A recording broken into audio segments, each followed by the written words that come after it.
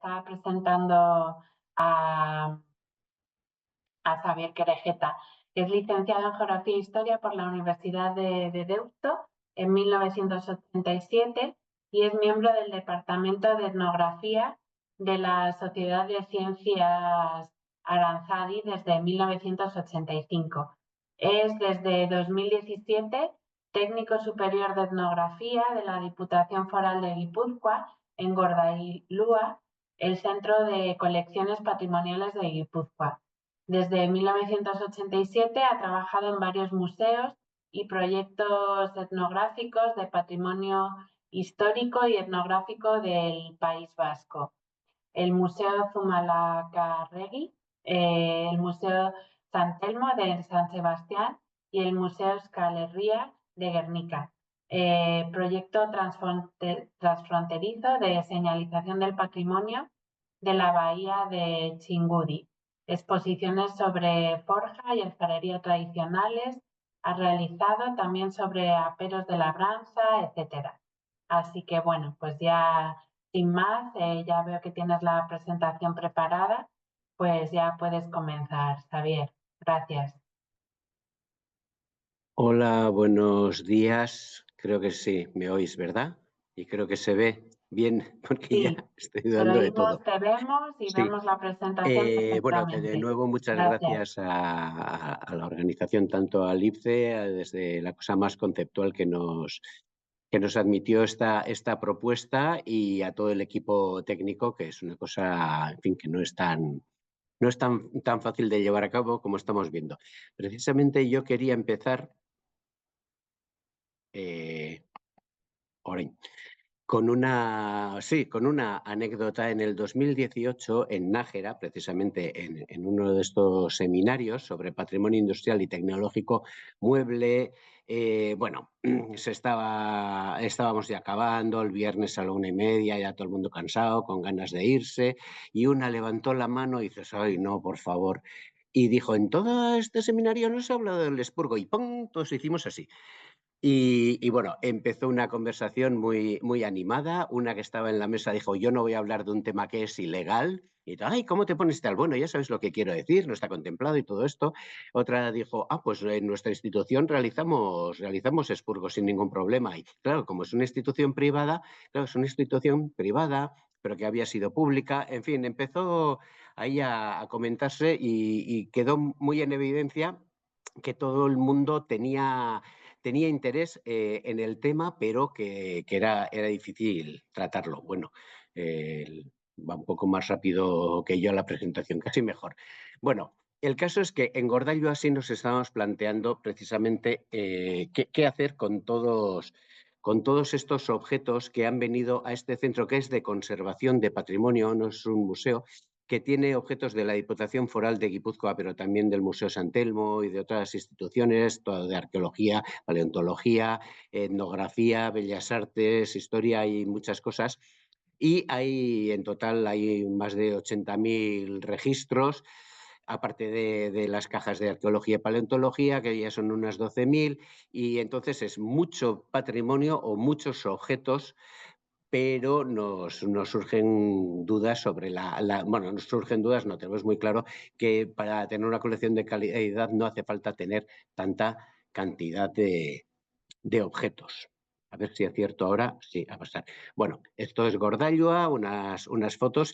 Siempre sacamos estas de cerámica porque son muy fotogénicas, quedan muy bien, pero también creo que son una evidencia de la cantidad de recipientes de cerámica tradicional que tenemos, muy repetidos, y además ahora añado prácticamente la gran mayoría nada documentados, solamente porque la propia tipología nos dice lo que son. Y, insisto, Gordallo es un centro de conservación de patrimonio. Y esto es, Gordallo se abrió en 2011, pero aquí se traían colecciones que ya estaba recogiendo la Diputación Foral de Guipúzcoa desde los primeros 80. En el 2011 se volvió a abrir el Museo San Telmo renovado, entonces ya se había decidido que este iba a ser su almacén de reservas patrimoniales, y no el museo como tal, que está en una parte de Donosti muy cara, además, muy exclusiva, como para tener ahí metros cuadrados dedicados a esto. Y reúne también fondos del Museo Marítimo Vasco, que es un museo de la Diputación Foral, que es un museo que es pequeño, bueno, es pequeño, tiene unos 6.000 piezas que se guardan en Gordella y que tienen un poco de todo. Tienen de carácter artístico, de carácter etnográfico, histórico. Es verdad que muchas veces es muy difícil hacer el distingo de qué es etnográfico o qué es histórico, incluso en el valor artístico, bueno, aparecen elementos. Aquí he puesto un ejemplo de un cuadro que es la Bahía Donostiarra en 1837, con los primeros barcos de vapor documentados, que son barcos de la Legión Auxiliar Británica en ayuda a las fuerzas isabelinas frente a los carlistas, con lo cual podría estar también en el Museo Zumalacárregui. Y es un cuadro de la Diputación, es decir, hay mucho patrimonio. Estas clasificaciones que hacemos de histórico, etnográfico y tal, pues nos vienen bien, pero realmente lo planteable es qué es el patrimonio. Porque yo creo que está saliendo, bueno, no acabo de controlar cómo paró esto, pero bueno. Yo creo que aquí lo importante es decidir los criterios patrimoniales. Luego ya veremos cómo se deciden. Esto yo creo que ya ha ido saliendo, porque cuando estamos hablando de expurgo estamos hablando de plantearlo a cosas que ya tenemos, pero para tener muy claro lo que no queremos seguir teniendo, hay que tener muy claro lo que sí queremos seguir teniendo, y hay que tener unos criterios de adquisición muy claros. Amaya, en cierto modo, ya lo ha planteado, ¿no? Y esto nos pasa en los fondos que han llegado a Gordailoa, eso se nota. Por supuesto venía de antes, pero al reunir todos estos materiales en un solo edificio, además un edificio pensado para la conservación, quedó mucho más en evidencia. Hace ya más de una década que estamos trabajando con esto y queda más en evidencia bueno, pues que te planteas para qué tenemos tantas cosas tan repetidas, tan poco documentadas. Bueno, luego seguiré hablando un poco más de eso, ¿no? Esto es, aquí he puesto solo unos ejemplos de fotografías, ¿no? Tenemos, voy a centrarme sobre todo en el patrimonio etnográfico, aunque realmente yo creo que esto se puede plantear a otros patrimonios, ¿no? En el arqueológico es más difícil por ley, porque la Ley Vasca de Patrimonio por lo menos ni lo contempla, pero es algo que se está planteando en todas partes, con los museos de arte o con las colecciones que tenemos aquí también de arte se podría plantear.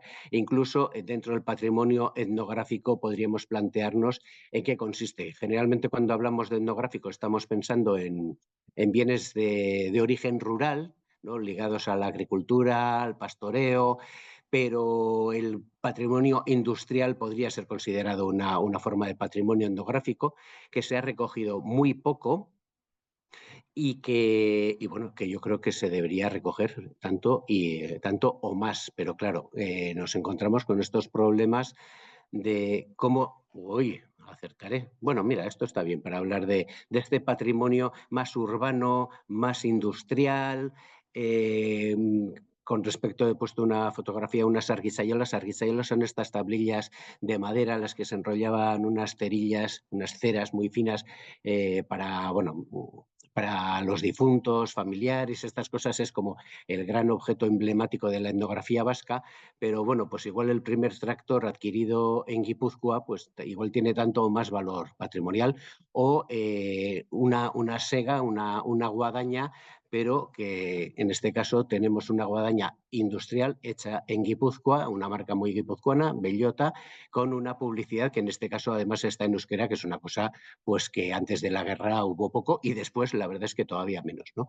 O este caballito para sentar a los niños y cortarles el pelo de una peluquería de Irún que ha cerrado hace poco y nos ha donado este objeto. Pero claro, si queremos ir recibiendo nuevos elementos que hasta ahora no se tenían en cuenta, pues tenemos que ir pensando, como se ve en esta diapositiva, la veis, ¿no? Porque yo ya estoy dudando de lo que veis. Si tenemos que guardar, por ejemplo, de Porcelanas Vidasoa, que era una empresa que estaba en Irún, muy cerca de donde está ahora Gordailoa, si tenemos que guardar cientos y hasta miles de objetos, algunos muy repetidos, ¿no? cuando queremos ir incluyendo otras cosas. O si tenemos que seguir recolectando elementos de carácter etnográfico clásico, tradicional, cuando ya tenemos muy documentados. Aquí se ve un fuego bajo, ¿no?, de chimenea con un caldero de cobre y al lado se ve otro caldero de cobre. Bueno, no sé si se ve muy bien, un montón, porque están sucios, bueno, porque no los hemos tratado, porque antes de empezar a expurgar, y expurgar en efecto no es tirar y expurgar no es destruir o no tiene por qué serlo, hay que aplicar unos criterios previos y aquí empezamos en Gordallo planteándolo así, no tanto con la palabra objetos expurgados, sino expurgables. Hala, ya se me ha ido hasta aquí. Bueno, voy a dejarlo esto como se para.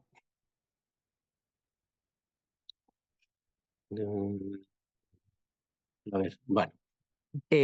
Aquí empezamos planteándonos esto, qué objetos serían expurgables, porque además esto jurídicamente y en Secretaría Técnica pues es muy complicado de plantear si no tienes un apoyo, como hemos visto aquí, legal y normativo muy claro. A ver qué objetos son expurgables, es decir, a qué objetos no les vamos a dedicar especial atención porque ya tenemos de esos objetos tantos o más que nos permitan ser utilizados para la investigación o para la exposición, porque evidentemente cuando nos piden objetos para una exposición, pues dejamos lo que está en mejores condiciones de conservación o más documentados o que sean más representativos, y cuando tenemos muchas cosas repetidas es que ya la experiencia nos dice que hay muchos objetos que nunca van a salir de aquí porque siempre van a tener otra mejor alternativa. Entonces la pregunta es, ¿para qué guardarlos? Bueno, pues ¿para qué guardarlos hasta que decidamos cómo hacemos estos procesos de expurgo? Pues podemos hacer dos cosas. Uno es darlos de baja en el catálogo, que es lo más sencillo, y otra cosa es separarlos físicamente y dejarlos en un local anexo, pero claro, el local anexo tampoco es infinito y además estamos en lo mismo, ¿no? ¿Y aquí qué están haciendo? Bueno, eso ya será motivo de otro tratamiento, hablar del...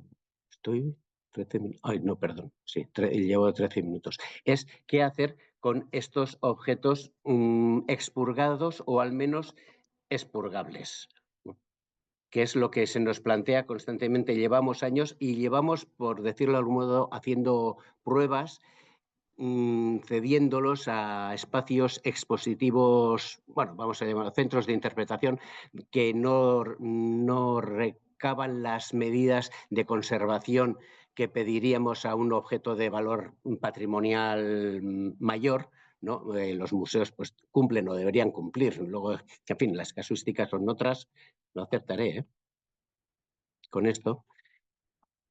Las casuísticas son muchas, pero en principio mantienen unos niveles de conservación, bueno, de mantenimiento de clima, de humedad, de temperatura, bastante aceptables. Los centros de interpretación pues tienen menos, bueno, no cumplen estos requisitos, pero cumplen otras funciones más didácticas, diríamos, en las que pueden ser cedidos muchos de estos objetos sin que la colección sufra el menor menoscabo, porque seguimos teniendo muchísimo y ahí cumplen una función, por lo menos eso, más didáctica que bueno, nos parece que tiene su interés también, ¿no? A ver, yo quería empezar aquí. Bueno, aquí he puesto un ejemplo de, bueno, pues aquí tenemos un carro, tenemos varios de estos carros. Uno de ellos ha ido a nuestros centros de interpretación porque he visto el típico carro vasco, que ya veis, de dos ruedas macizas y todo esto, pues con tener unos pocos ya nos basta. Hombre, no debería, pero el bulto es un criterio patrimonial, entonces, claro, no podemos guardar decenas de carros. Con tres vamos más que sobrados. Es un carro que luego vemos documentado en dibujos ya del siglo XIX y en otras cosas, pero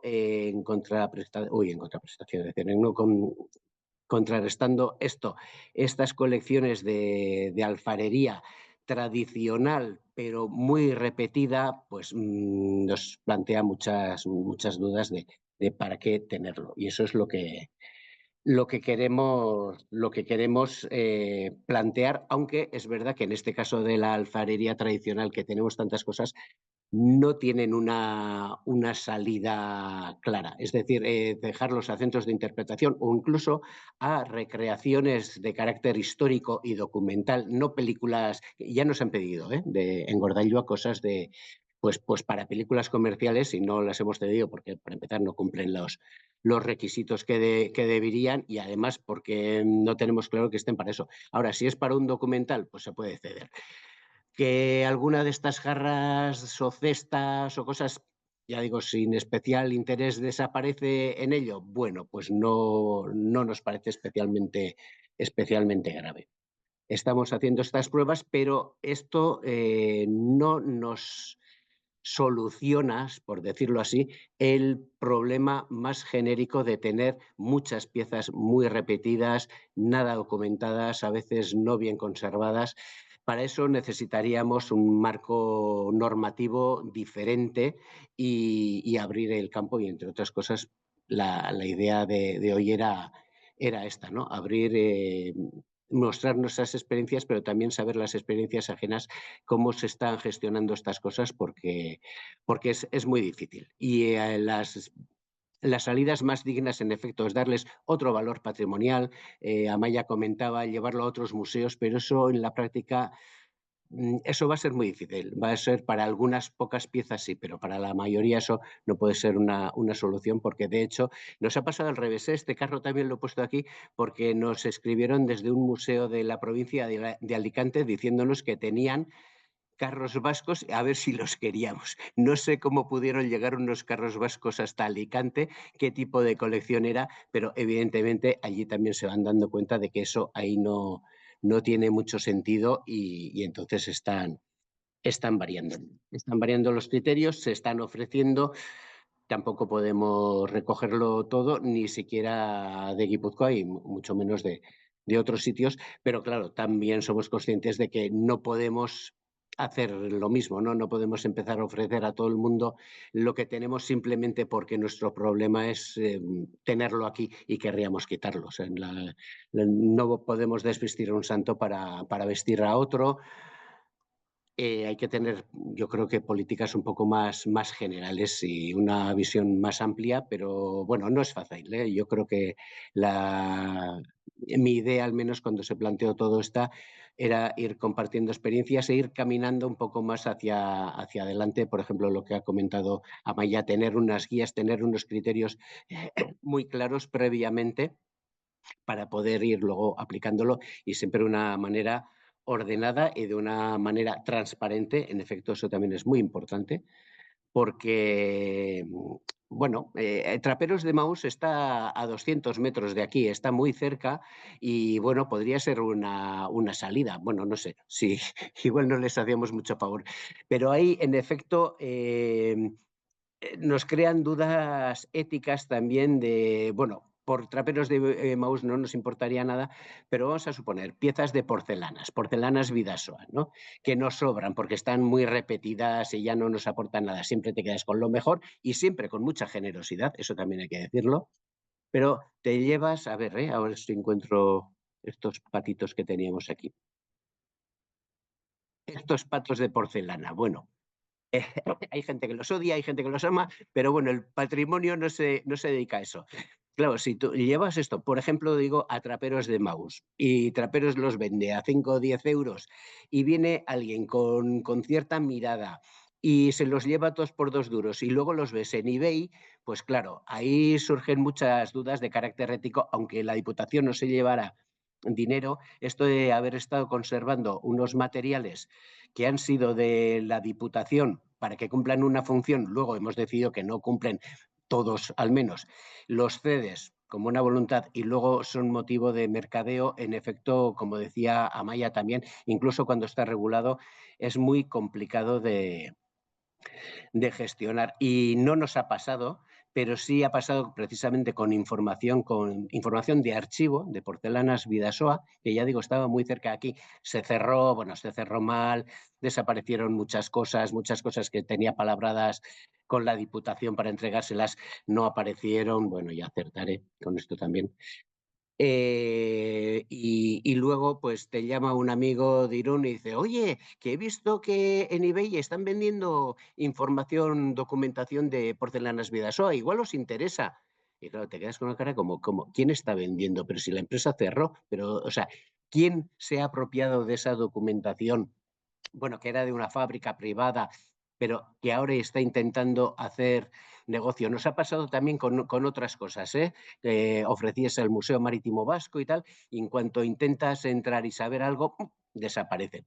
Es decir, hay que el rastro ético, ¿no? La transparencia y la trazabilidad tienen que ser muy, muy importante. Más allá, además de la polémica, hay que hacer mucha pedagogía porque, en efecto, nosotros podemos tener muy claro que estos patos de porcelana o estos calderos de cobre, aquí luego cada cual tiene sus filias, sus fobias, todo eso es una cosa. No, podemos tener muy claro que nos sobran, que no cumplen esas funciones que ya hemos visto patrimoniales porque no aportan más información, porque no van a ser utilizados en exposiciones, porque no va a venir nadie a investigarlos, porque en todo caso igual nos cuentan más los investigadores que lo que sabemos, pero luego hay una repercusión social y pública que es que, bueno, pues que el periódico local ponga un titular tipo de la Diputación se está desprendiendo su patrimonio y estas cosas, porque esto ha pasado no con Gordailu, no con objetos que están aquí, con otros tipos de patrimonio bueno, pues que se destruyen o desaparecen o se venden o se alienan o salen del territorio porque somos muy provincialistas y a veces muy hasta municipalistas, vamos, muy de pueblo, y entonces surgen muchos debates además llevados generalmente desde la ignorancia de lo que es conservar y mantener y poner en valor el patrimonio, ¿no? Porque claro, si quieres poner en valor el patrimonio y tienes cientos de piezas muy parecidos, pues va a ser más difícil que si tienes unas cuantas. Pero ahí hay que hacer muchísima pedagogía. Las visitas que se hacen en Gordallo al público general, que no es un museo, pero para que vean qué tipo de trabajo hacemos, enseguida gente que dice, pero todo esto ¿para qué está aquí? ¿No? O sea, no entienden porque, claro, si está aquí parece que está encerrado, que no cumple ninguna función, y luego está el otro tipo de visita que dice, pero esto lo conocí yo, o pero esto tiene interés, pero esto tiene valor. Eh, Hay, yo creo que en general poca cultura del patrimonio, o sea, la gente es poco consciente de en qué consiste el objeto patrimonial, que necesita un contexto, eso también en los países anglosajones lo han dicho, ¿no? Nos lo ha contado Amaya.